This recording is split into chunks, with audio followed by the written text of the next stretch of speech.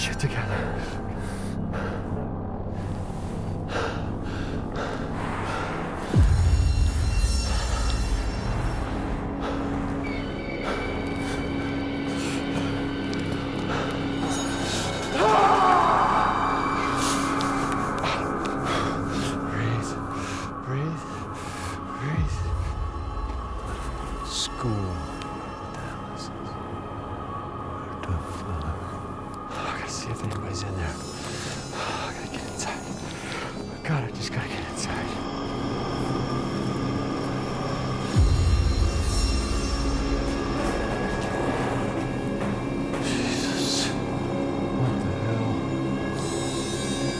Ladies and gentlemen, Ryan Singh. Did they just say my name?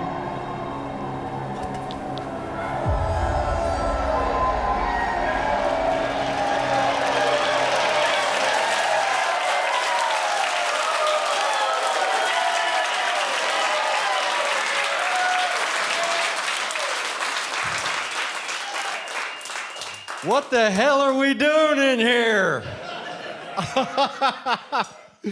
Wow, thank you for coming.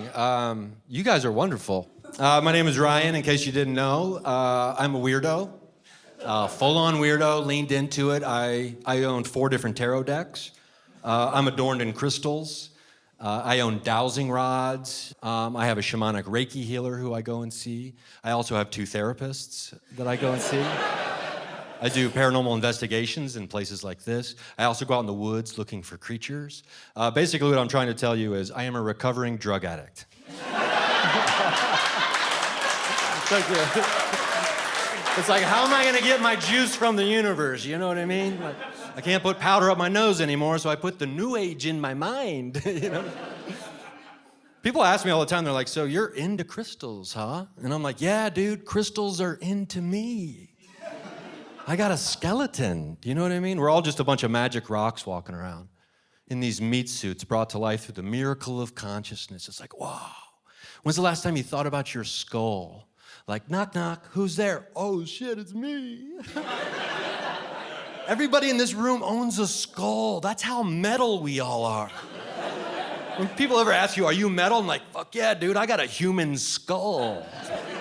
Where do you keep it? On me at all times. People are like, oh, so you think crystals change you at a molecular level? I'm like, listen, dude, I'm not gonna tell you they don't. I just know this, 99 times out of 100, if I got a pocket full of rocks, there's not room for drugs in there. Okay? So don't take this shit from me, it's keeping me alive. Okay? I love magic, too. More specifically, I love chaos magic. People are like, what's chaos magic? Is it like, is this your card? No, that's magic done chaotically. I'm talking about jerking off on a candle in the woods by yourself to get what you want. You know, the fun kind of magic. Just don't do it up close. I like to use a sigil. A sigil is a magic-looking symbol that I draw on a piece of paper, represents something I want, jerk off on it, burn it in the candle, sit back, and I get it, right? It's just that easy. My mom thinks it's a little weird. The crystals and the magic, it's just so weird. And I have to remind her that she's the woman who sent me to Catholic school for 12 years. Where every Friday morning at 8 a.m. I had to eat the flesh and drink the blood of my eternal Savior.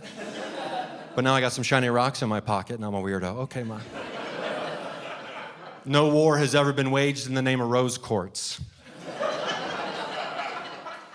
People think the sex magic part is weird, and I get it. Like, I just don't understand that. And I was like, well, I'm gonna be jerking off every day anyways. Who cares if there's a candle and a piece of paper around when I do it? It doesn't make me a witch because I had a gift card to Michael's, you know? Michael's is my favorite store in the world. It's the super craft store. It's the only store in the world where your super religious aunt and your old drug dealer friend will probably bump into each other in the same aisle, you know? Like, oh, Randy, how you doing? It's been ages. Oh my gosh, how are you? Hey, what's up, Mary Ellen? Good to see you. What are you doing here? Oh, I'm just buying these little baggies. Yeah, I'm gonna put buttons in them. What are you doing? Oh, wow, I'm just buying these little baggies. I'm gonna put buttons in them. Sounds more like a medicine man, doesn't he? It's just more fun to believe in stuff, you know what I mean? Like, that's my motto in life. I like believing. It's just a better way of living. Like, I believe in Bigfoot. Oh, hell yeah, I do. There's only one thing I love more than believing in Bigfoot, and that is telling people publicly that I believe in Bigfoot. Because I think you're crazy, you know? And the main reason I believe in Bigfoot is this, because thousands and thousands and thousands of people have said they've seen Bigfoot. And call me crazy, but that's enough for me, okay? You know? Thousands and thousands of people. But we live in the modern Western world, don't we? You know, where science has replaced God. Scientists are the new high priests walking around our villages, telling us all what we're supposed to believe in, sitting on their throne of textbooks. Oil my genitals and I'll tell you about the cosmos. The universe is 98% dark energy and dark matter, but nobody's ever seen it. Well, guess what thousands of people have seen? Bigfoot.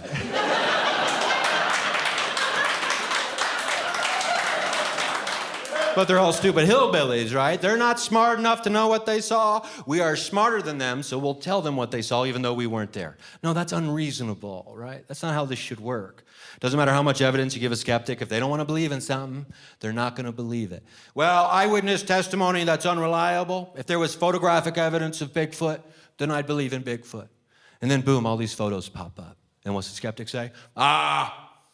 Anybody could have photoshopped that. Oh, really? If you think anybody could have photoshopped that, you've never tried to Photoshop before. People go to college for years to become decent at Photoshop, and you think any jerk with a laptop can shop a squatch? It's just unreasonable is all I'm saying. I also believe in Bigfoot because a couple of years ago I had a terrifying experience in the woods with what I believed was a Bigfoot. And it scared the hell out of me. And just so you know, I am a super snowflake who lives in a sanctuary city. It's probably obvious, but I am going to be a gun-toting snowflake because I am never going out in the woods alone without a gun ever again after that experience. I got an FMK on order. It's like a Glock replica, and it only holds like 10 bullets. And just to be clear, a handgun will not stop a Bigfoot. It won't. But I only need one bullet. You know what I'm saying? I'm not going to be a Sasquatch sex slave out in the woods. You know what I'm saying? That bullet is for me. You know what I mean? I don't want to learn how loud I might scream, okay? Not today, Squatchy Squatch! Bow! What a crazy invention a gun was, like a game changer. And as a gun owner, as a future gun owner, I don't believe in gun bans. I do believe in gun regulation, though. And that gets some people uneasy. And most of the people it gets uneasy are the ones who have invested their idea of what it means to be free into the object that is the gun. It wasn't always the object that we invested our sense of freedom into, right? So when you say you want to regulate guns, people hear, you want to regulate my freedom? It's just an object, right? Like, invest into a different object, that sense of freedom. Like, I love sandwiches. Isn't it good to be an American? I can have any kind of sandwich I want. You know what I mean? I can have turkey, I can have ham, I can have a veggie sandwich. I could put mayonnaise and ketchup on the same sandwich, and if people don't like it, tough luck. This is America, baby. I can have white bread, wheat bread, marble rye. I can cut it diagonal down the middle. I can take the crust off, but I don't need a party sub. You know what I mean? That's what an AK is. You know? A party sub is an assault rifle. How many people am I trying to feed? You know what I'm saying? I got a freezer in the garage. That's right. I got about 14 party subs in there. One of them's got an avocado attachment. That's right, it does. Yep. I got a mustard-proof vest. I got 500 salt and pepper packets just in case shit goes down. Government can have my sandwiches when they pull them from my cold-cut hands, okay? I was talking to somebody the other day who owns a gun. I was like, why do you own a gun? They're like, I own it just in case the government ever tries to take my gun. I was like, wait, so you own a gun so you can use it when someone tries to take it from you? Damn straight. And I was like, dude, I am not smart enough to tell you how stupid that is. Dr. Seuss could not figure this riddle out. I talked to someone else who was like, well, what about those wild boars? You need assault rifles for the wild boars. I was like, you live in a cul-de-sac, dog. This conversation is a wild boar. And if wild boars are such a scourge to society, why do we not have bounties on their head? Like the Purge, you know what I mean? Where we can just hunt wild boars and get rewards. Like, there's wild boars trying to fuck my wife, and I won't have it. Wild boars are everywhere passing out the Communist Manifesto. I won't stand for it. Wild boars everywhere. There are freedom guns. That's what some people say. They say we need them for freedom, to protect our freedoms.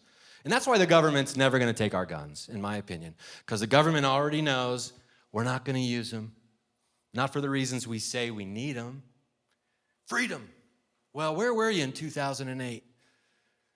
When the government and the bankers took everybody's 401ks and their houses right from underneath you and gave all that money to the millionaires and the billionaires. Where were you on those fateful days with those AR-15s? Meanwhile, this snowflake was sitting crisscross applesauce, blocking the entrances to banks during the Occupy Wall Street movement. And I didn't move out of the way for anybody. Guess who I would have moved out of the way for on those fateful days? You and your AK, motherfucker. But you never showed up. Where were you when we needed you? You weren't there when we needed your freedom guns, dude. Because you're too busy covering yourself with deer urine at 5:30 in the morning, climbing up a tree in camouflage, drinking beers with your friend, hunting things that don't have thumbs. Call me crazy, but that ain't a fair fight, motherfucker. We need them for revolution in this country. That's what we need these guns for revolution. Well, I don't think revolution's ever going to happen in this country unless it's kind of the same way the first one did. The British were going to tax tea, and tea was our juice back then. Like, that's where the caffeine came from. They say the British Empire was built on the back of caffeine. If you have 3 cups of coffee, you look at your neighbor's house and be like, I need to take that shit. Caffeine just gets you. And I get it, I love caffeine. I love getting.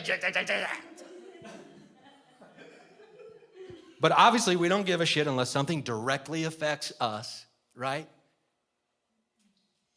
So if the government came out tomorrow and said, effective immediately, a 2,000% tax on all sugars, and everybody in this room's addicted to sugar, I know I am, there would be revolution by sundown. Can you imagine walking into like a convenience store, you put a 12 ounce of Mountain Dew on the counter, and the cashier goes, that'll be $299.99. Not in my America, motherfucker. Get the Mountain Dew boys together. We got a code red, white, and blue. We're going to Morgantown. I'm gonna be running Little Debbie cakes in underground tunnels from Tijuana to Omaha. I'm gonna be smuggling balloons of pure cane sugar in my asshole from Vancouver down to Lexington. They're gonna call me the Candy Man down south. It's just good to be alive nowadays. Like, there's so much cool stuff happening, but that's not the stuff that gets broadcast to us, right? We get broadcast the duality. It's black or white, you're wrong or right. We know the truth is in the middle. That's the liminal space, the in-between. But they want us to pick a side on everything now, right? It's either you're a Republican or you're a Democrat. And if you're not voting for one of them, you're part of the problem.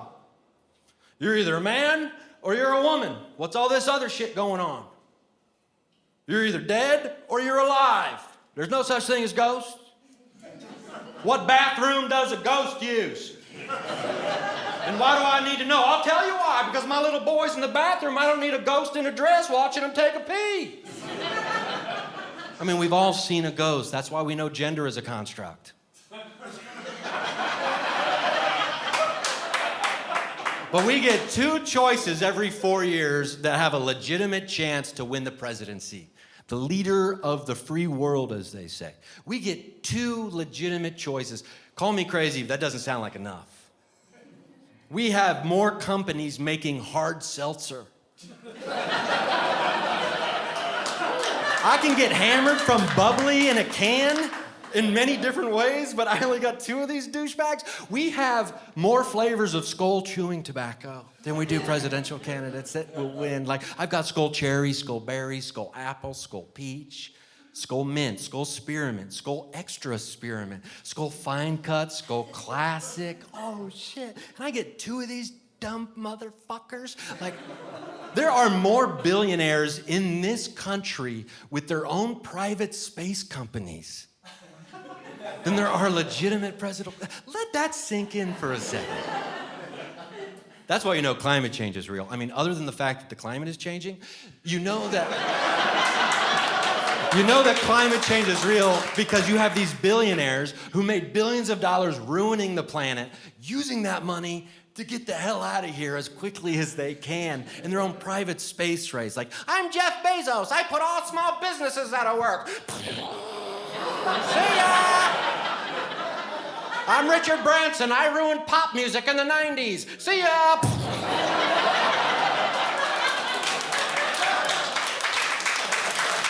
But the biggest douchebag of all is, I'm Elon Musk. I fuck robots. Bye!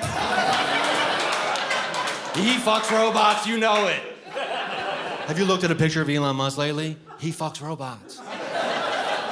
I'm not trying to robot sex shame anybody. Vibrators are robots, but here's the difference. Elon Musk is trying to get a robot pregnant. Don't you understand? Here's why he's the world's #1 douchebag. Became the world's richest man recently, and also recently said that no American citizen should receive any financial assistance during the pandemic. Meanwhile, he gets billions of dollars from the federal government in grants that he never has to pay back, and he doesn't pay taxes. He gets all this money from the government for SpaceX. And you know, in his basement, he's got Space XXX. He's got sentient robots down there stripping for him in indentured servitude. Like, the singularity is coming. And he's like, I'm coming too.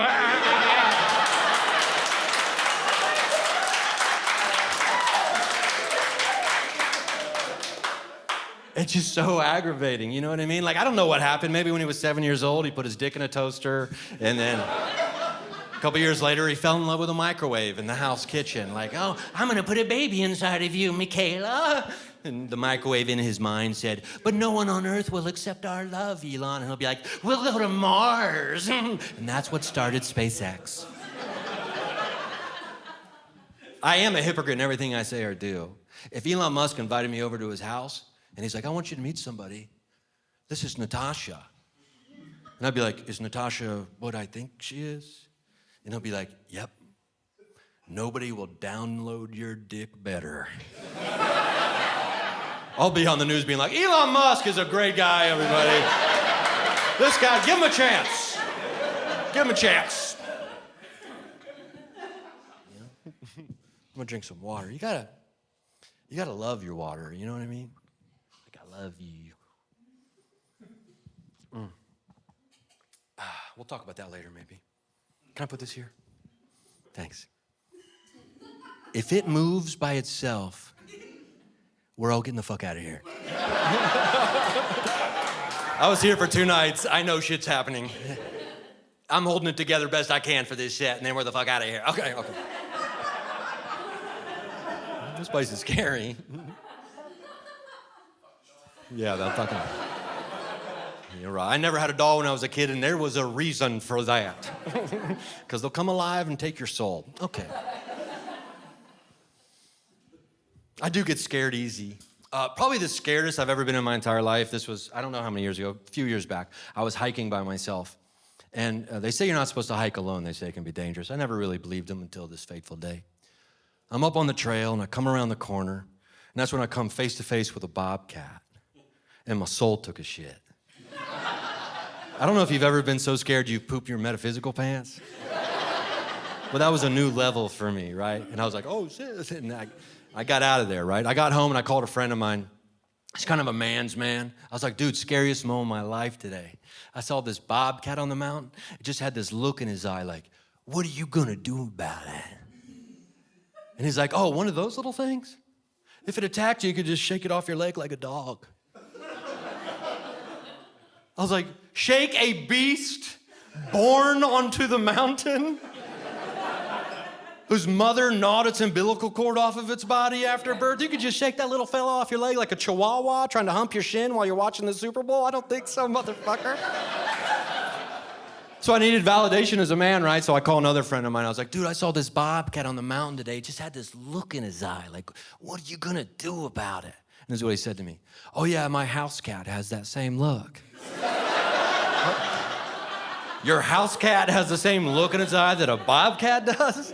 I don't think so, friend. Let me tell you the difference in cat when it comes to house and Bob, okay? House right now is chilling on a windowsill, looking to catch a lazy nap, maybe seeking out a hot pipe on the hardwood floor. Bob's off the grid, okay? Don't call him Robert, hasn't seen his family in years. House eats food out of a can that you have to open. Then you put into a porcelain dish. And when it's finished eating, it makes its waste in a box with scented rocks. Bob catches a bird mid-flight in his claws, eats that bird alive, and then shits a spinal cord. He's got blood under his nails and a story to tell. You know what I'm saying? You got House's nuts clipped when he was 8 months old because you don't want him spraying sweaters or making a mess when you're away. Try to get a knife near Bob's potato sack and see what happens to you. You better walk into that fight equipped with Zeus's lightning bolt and some leather working tools. That satchel's been tanning in the sun for years. Durable, pliable, like a catcher's mitt in Cooperstown. House is at home right now chasing a laser pointer around the room, high on catnip, listening to Dark Side of the Moon by Floyd. Meanwhile, Bob's writing a manifesto about the redistribution of wealth by candlelight out of rabbit bones he somehow figured out how to melt down. And he's got a piece of a twitching bird brain in his beard. So do they have the same look in their eyes? I declare they do not, my friend. The gentleman from Southern Ohio says nay. Nay, nay, nay, they do not have that same look. So I said, what are you gonna do about it? Well, Bob, if I can call you that, I'm gonna gently back down this mountain, AKA your living room, as quickly as I can. But don't be too mad if I'm not too fast, because about 10 years ago, I made love on a pool table. My knees have been fucked up ever since. It looks sexy, Bobby, but there ain't no padding under that felt. So I'm gonna take these bulky pool table boning knees down this mountain, and I'm gonna go buy some clean underpants.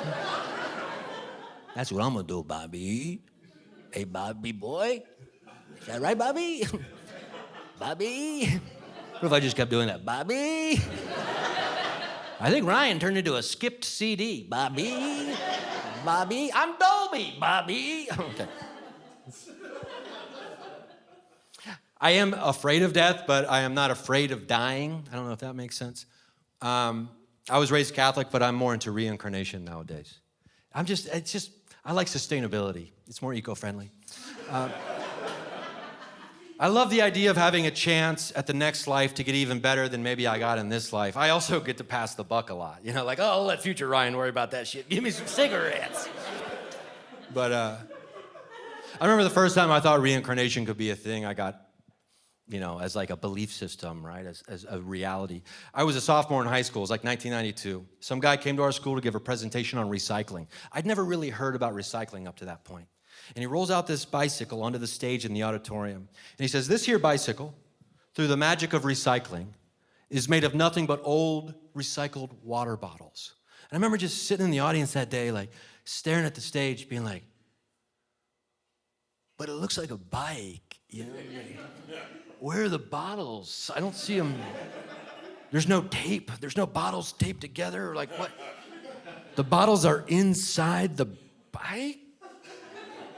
Oh, fuck, reincarnation's probably real. Like, I was like, if that bike could be nothing but old water bottles, I could be nothing but old puppies and kittens living inside my body for the first time in relative harmony. And to explain why I get mad at myself sometimes, it's the dog inside getting mad at the cat. Ruff, ruff, meow, meow.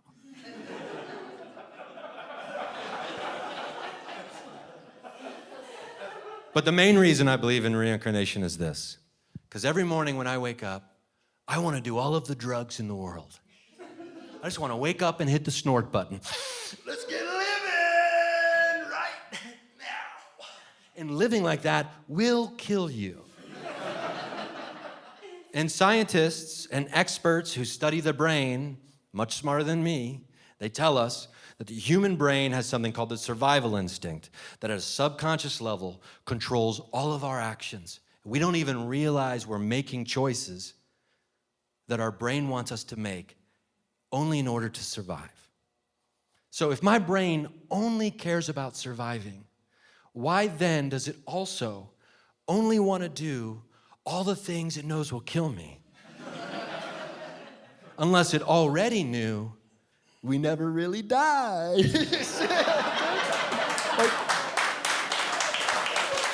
like my brain is smarter than me. Does that make sense?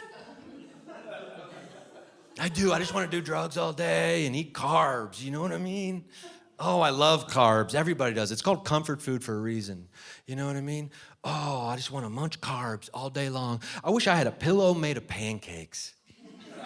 I could just wake up each day and lean over and start munching like, Not breakfast in bed. Breakfast is bed. I'd have a shower chain hanging from the ceiling and I'd pull it and the best maple syrup in the world would come dripping down. I'm talking about that really good maple syrup too. You can't even buy it at the store. You gotta go to a farmer's market at like 6 a.m. on a Saturday.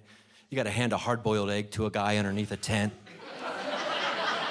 And you gotta whisper the words, "The chicken is in Xanadu." He'll give you a knowing nod and then pull a lever and a trapdoor opens and an old miner will emerge wearing tattered overalls and a raggedy hat. And he's holding an unlabeled bottle. "Somebody wanted the maple syrup, huh? Well, I had to jerk off a maple tree to get this syrup. And it was a crooked branch. $200 a bottle." I'll pay it. Give me that drip, drip. Give me the drip, drip. I have a problem with addictions.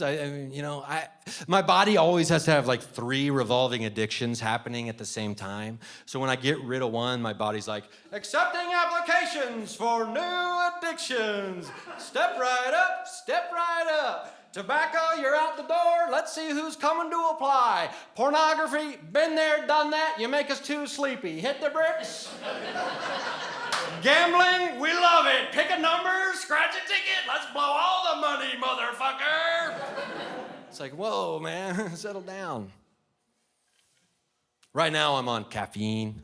Right now, I'm on caffeine. I was chugging some coffee right before I came up on stage. Like, I gotta get juiced. I took some Imodium so I didn't shit, but, I'm 45, security ain't so tight.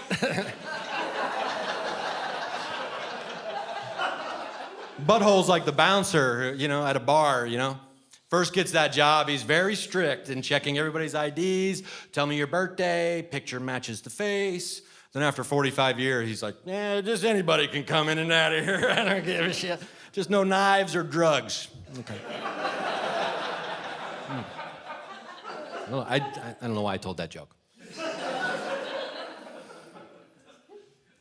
Just gotta focus on the things I love, you know what I mean? That's what brings me the most joy in life, especially when I get angry about stuff in life. I got a bonfire on the inside of my body. People love throwing logs in there, get me fired up. And I just have to remember, this isn't the way, you know what I mean? I gotta focus on the things I love. The number one thing I love right now, my number one thing, is lizards, dude. I love a good lizard. Oh, I love a good lizard. Lizards are my number one. Giraffes used to be my number one.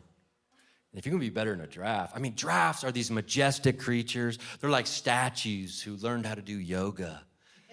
If you've ever seen a giraffe walk, it's like they don't touch the ground. Like they have invisible roller skates on their hooves, and they're just kind of like floating while Dreamweaver by Gary Wright blasts out of God's Bluetooth. Like, "Dreamweaver, I bet you can get me through the night. It's like, dude, that giraffe is floating on clouds, son. And lizards are better than that? Hell yeah, dude. Let me tell you why. When I moved to Southern California about 10 years ago, I started hiking all the time. And there's no lizards where I grew up in Ohio, so it's like, but lizards are everywhere out there on the mountains. And they're just skitter-scattering and pitter-pattering. I just love it. And they'll come into the trail and they'll stop and they'll look at you. And you are a literal giant to the lizard.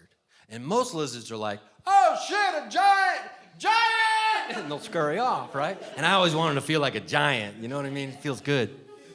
And so it's like, but 1 out of 10 lizards has a Napoleon complex. And I don't know if you've ever had a lizard bow up on you before, but this is the most adorable thing you'll ever see in your entire life. You'll be walking down the trail, a lizard will stop, you'll stop, it'll look at you, and you'll be like, okay, now, little man, a giant is here. On with you, on with you. And that lizard will look up at you and be like, say something, giant, what's up? Say something. You want to tap dance under the full moonlight? Say something, giant. I was born cold-blooded, motherfucker. Say something now. And I was like, oh, what's up, little man? You want to go toe to much smaller toe right now?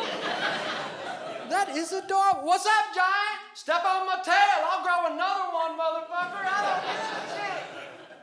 You have a reptilian brain. That means you are my ancient descendant. You deviated, but I'm still 100% reptile, son. So I'm gonna whoop your ass. And then they'll do something to try to intimidate you out of fighting them. They'll try to give you an exhibition of their strength, right? So you're scared of them. And a lizard doesn't have a t-shirt it can rip off outside of a bar. So what a lizard will do is it'll start doing push-ups. But a lizard is the guy who doesn't know how to do push-ups, right? So be like, I'm gonna do 150 push-ups just to get warmed up for your ass whooping. You ready for this? 1, 2, 3, 4, 5, 6, 7, 8, 9, 10. It's like, those aren't real push-ups, little man. You're like semi-effectively stretching your neck, but your elbows aren't even moving. And he's like, 37, 42, 59. It's like, you skipping numbers, dog. I got thumbs. I can count in high numbers quickly. That's why I love them so much. I love lizards so much that I started hating an entire different species of animal altogether. This was a few years ago, the movie It came out. Now, the movie It is a remake of an earlier movie, It, which is based off that book by Stephen King with Pennywise, that demon clown that lives in the sewers. It's the reason why half the world hates clowns, is that story. And so a friend of mine wanted to go see that movie, and I was like, scary movies, man. I never see them, they scare me. But he's like, come on. So I was like, okay, fine, I'll be a friend. I go to the movie on a Friday night, scares the hell out of me. The next afternoon on Saturday, I go to my favorite park to take a hike.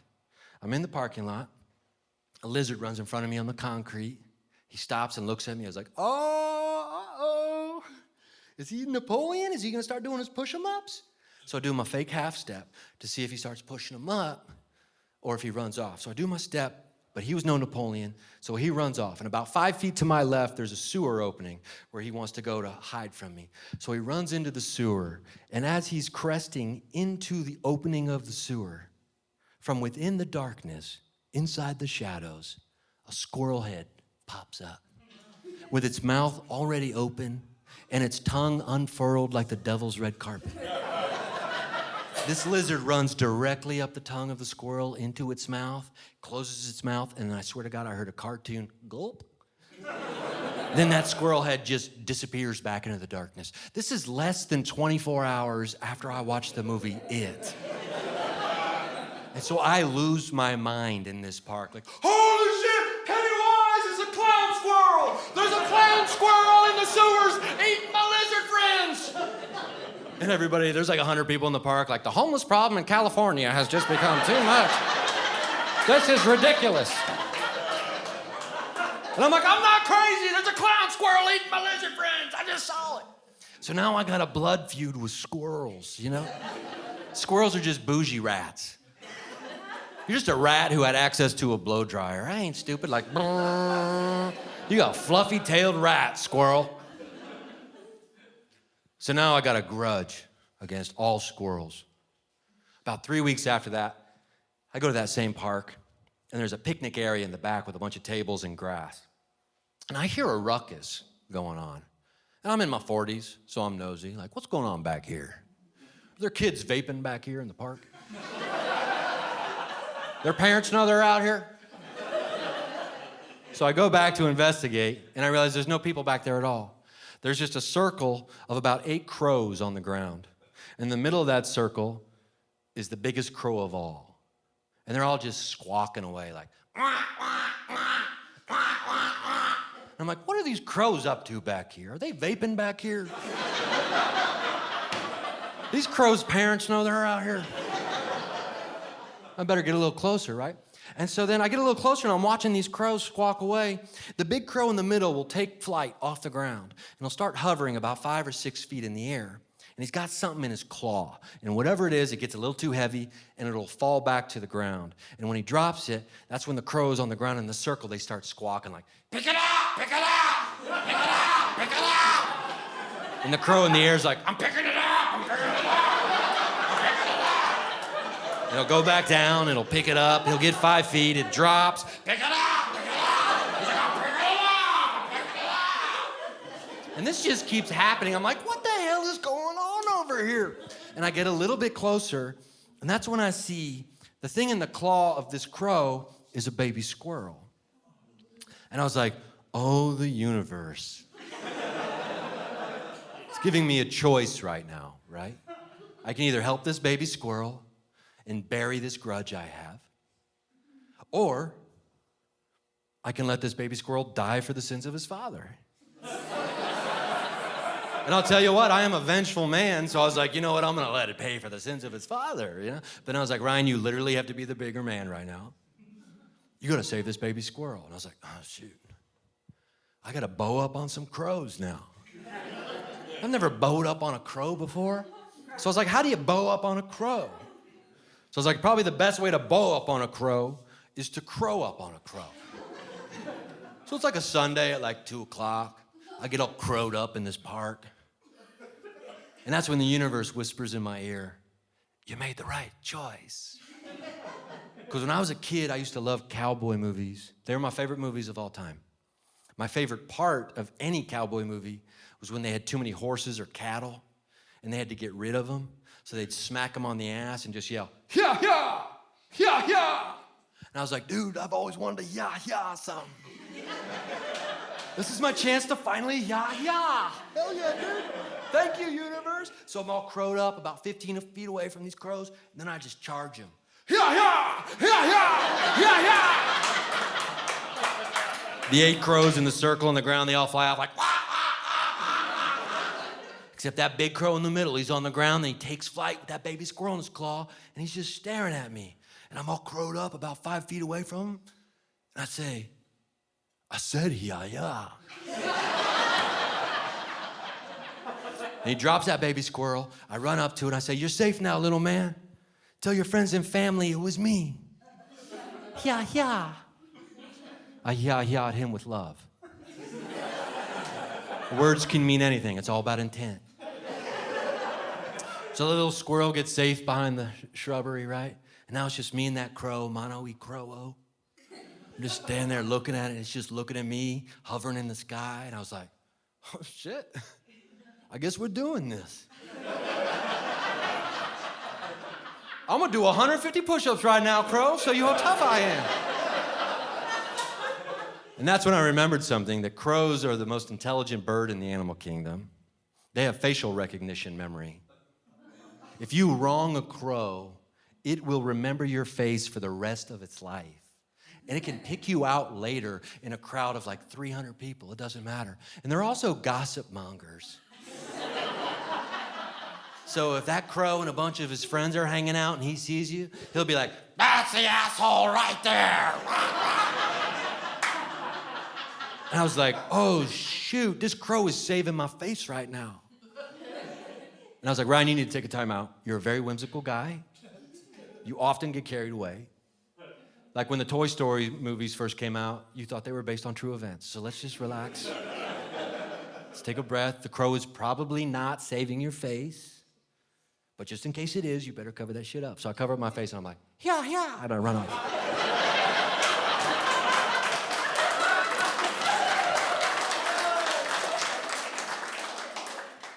I'm not kidding you when I tell you this. For the next 9 months, if I go back to that same park, and if I was alone, hiking by myself, about half the time, from about 15 to 20 feet up in the sky, a crow would show up and just start following me.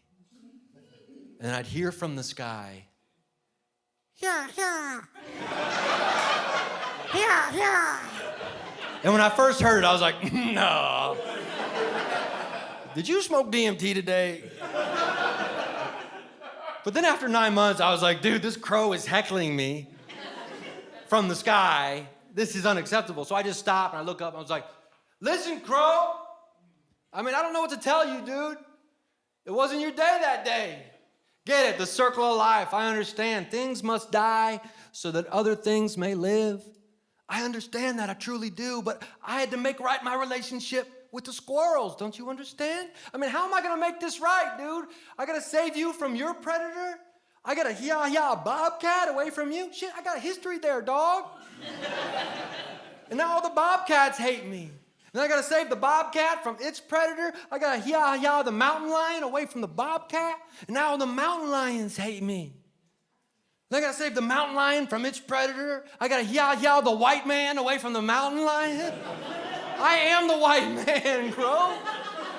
I've been trying to save myself from myself for years and it hasn't worked. So now I'm exasperated, right? Which is the first time I've ever used that word. Like, I had to go home and look it up because I'm like, I think I'm exasperated. Because I was like, I got a crow problem. So I was like, okay, there's one person I can talk to who'll know what to do about my crow problem.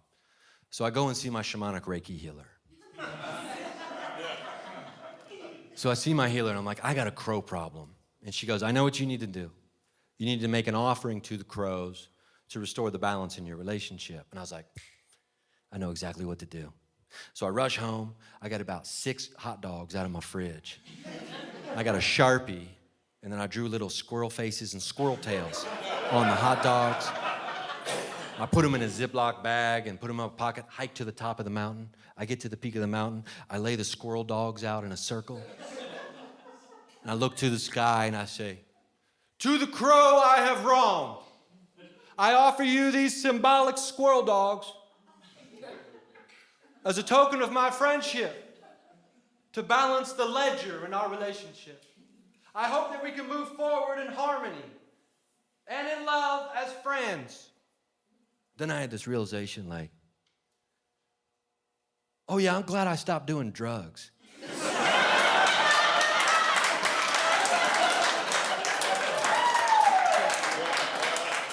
Like, this is much less fucked up. What am I doing? Like, what is happening? Crows have the fattest asses of any bird. You ever seen a crow walk? It's like they had hip replacement surgery with a lazy Susan. It's like...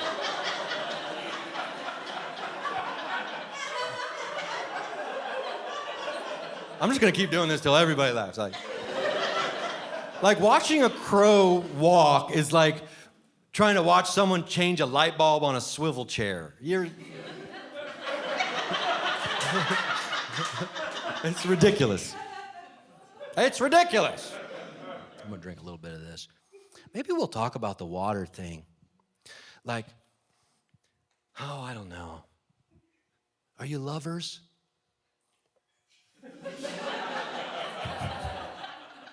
It's like, do we come to a comedy show or is this a swing party? It's like, everybody put their car keys in a dish. Whichever car key you pull out, that's the person you have to convince that you're lovable. Okay.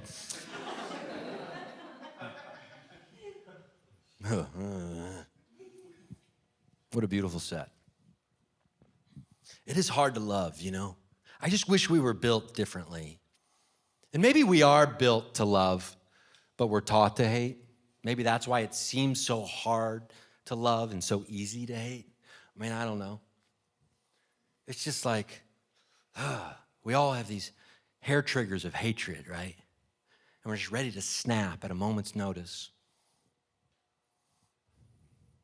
Whenever I get really upset and really mad, I try to remember what one of my heroes would do in that same situation. One of my heroes is Dr. Martin Luther King Jr. This guy, He experienced so much hatred from the outside world and never snapped publicly, at least that I'm aware of, right? Can you imagine? While the rest of us are sitting at home on our laptops with a caps lock button already pressed in, like, somebody's gonna say something, and I'm gonna be ready for them. Meanwhile, Dr. King had thousands and thousands of handwritten letters mailed to his house, threatening the life of him and his family. You know how much you have to hate somebody to write legibly in cursive? I will kill all ya goddammit those double loops. And he wasn't an anonymous Twitter troll, right? He had thousands and thousands and thousands of people following him, listening to every word he said. He could have mobilized an army of vindication and hatred if he wanted to, but he never did. And listen, he's just a man, just a dude. His infidelity is well documented. What a surprise, another dude with a downfall dick. Almost every single dude has a downfall dick. Even Mother Teresa had downfall dick energy. And he never snapped, right? I mean, he's flawed. All of our heroes are flawed. All of us are flawed. All of us could be heroes. Oh, shoot. You just got to reverse engineer it like the alien ship at Roswell. Then you get that new technology. He never snapped. I know he wanted to. You know, there was moments where it almost came out. I have a dream. But before I get to that dream, here's a list of names of people who can suck my dick. Clyde Monroe, Mobile, Alabama. You can suck a big dick, Clyde. You can get piped, motherfucker. J. Edgar Hoover, Washington, D.C. You can take the tip of that tongue to the highest mountain and to the lowest valley when you're licking my hairy asshole, J. Edgar. Jim Crow, the American South. You can get fucked, Jim Crow. You can get double fucked and triple stuffed. You can get pricked and licked and sticked. You can die getting dick sick on a sea of fuck. You can take the freedom fist up the rear end into the slammer hammer. You can get fucked in a deep dick way, Jim Crow. You can take it deep in the throat until it's all she wrote. Get fucked, Jim Crow. And he never did that, did he? It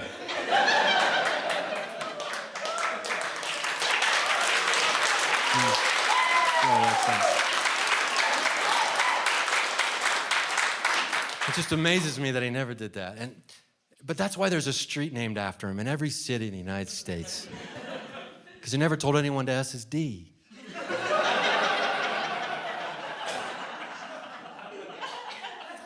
So the next time you want to tell someone to S your D, or F your C, or L your A, or whatever it is you're into, just ask yourself one very important question before you do. Would I like to have my own boulevard someday?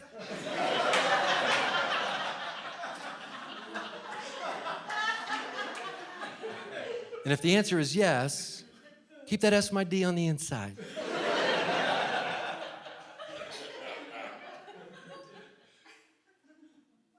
You guys have been a lot of fun. I'm gonna end my set with a couple of weirder bits. Wait, the first part wasn't weird? Actually, let's do this one first, because I haven't done this in a while. If you're like me and you can't do drugs anymore, you want to find ways that you can experience excitement and joy in life, kind of get high, but without doing drugs. So I want to share with you a way that I get high without drugs. This is something you can use if you want to or not, but it's one of those things where, you know when you say the same word too many times and it starts to lose all meaning? And everybody's like, hey, you're weirding me out, man. Let's stop talking about it. And we usually stop and move on. But if you push through that barrier and keep going, shit gets weirder. And that's where the fun is at. So I'm gonna teach you how I get high without drugs right now, and maybe you can use it.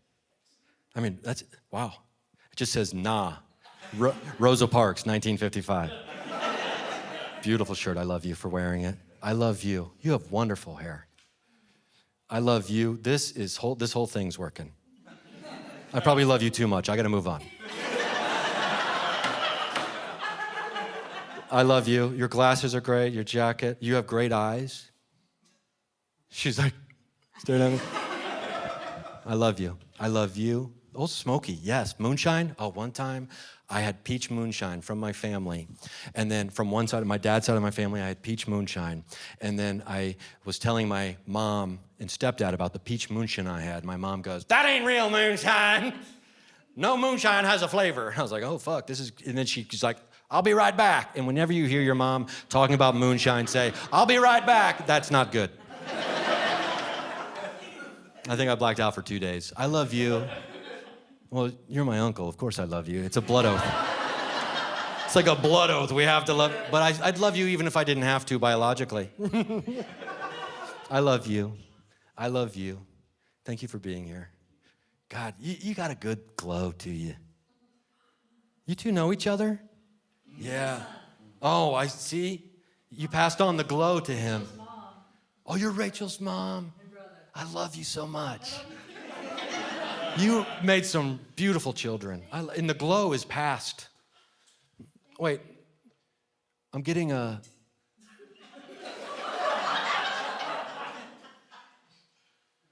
that there was someone in your life named Mom.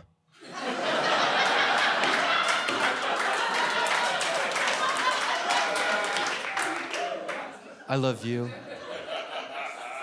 That hair is looking mwah. Oh, I love you. You're my first niece. I'd kill for you. I love you. You're her boyfriend. I will kill you.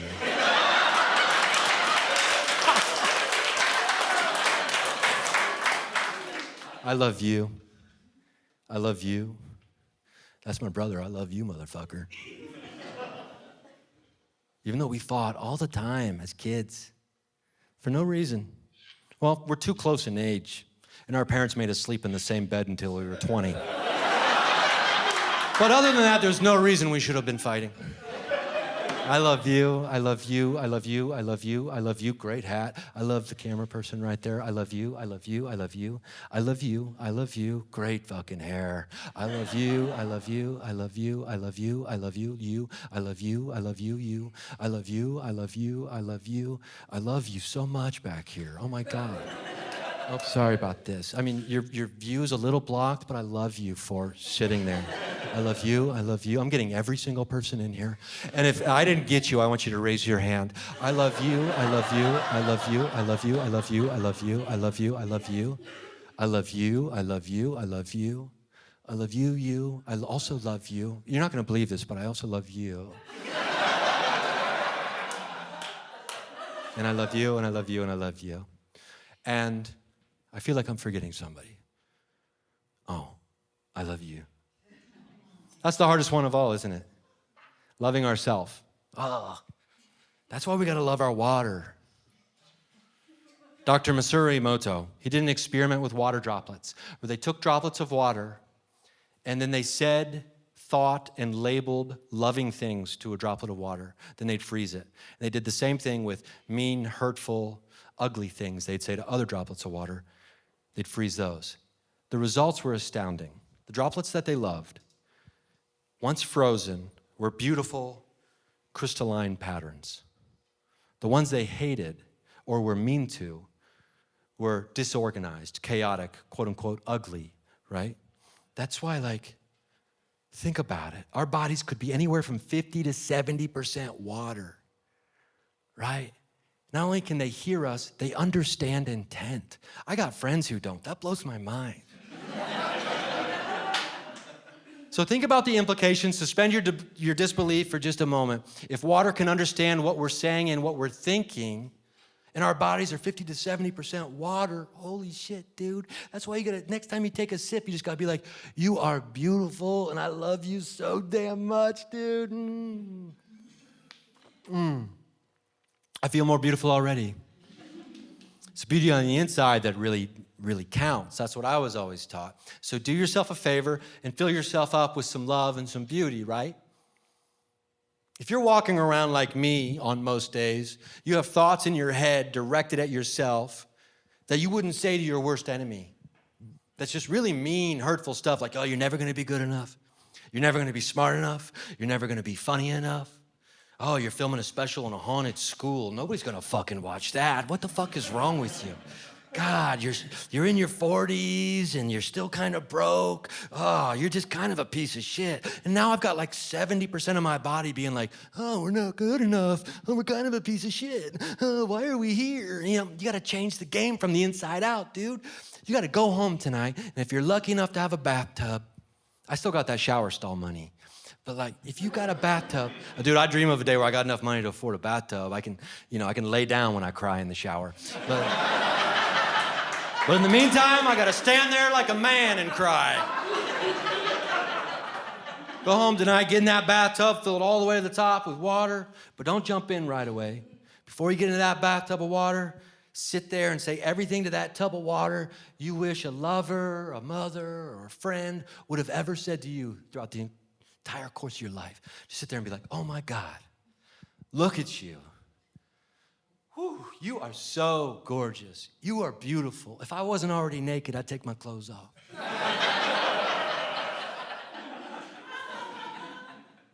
God, you're gorgeous. You can do anything you want. You can accomplish anything you want. You still had roommates into your 40s because you're an artist. And there ain't nothing wrong with that in a capitalistic world. And then get into that bathtub.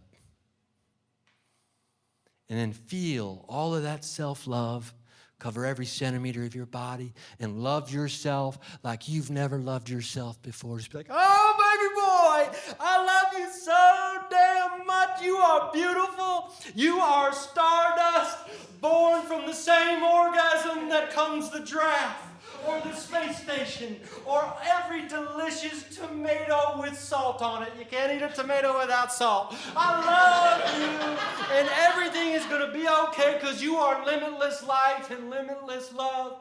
Just make sure your roommates aren't home.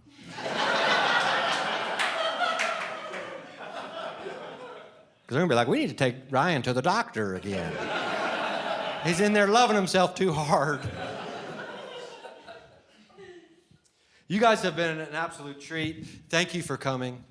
I hope you enjoyed yourself. I love you. I hope you love yourself. And with that, I bid you good night. Thanks for coming. Thank you.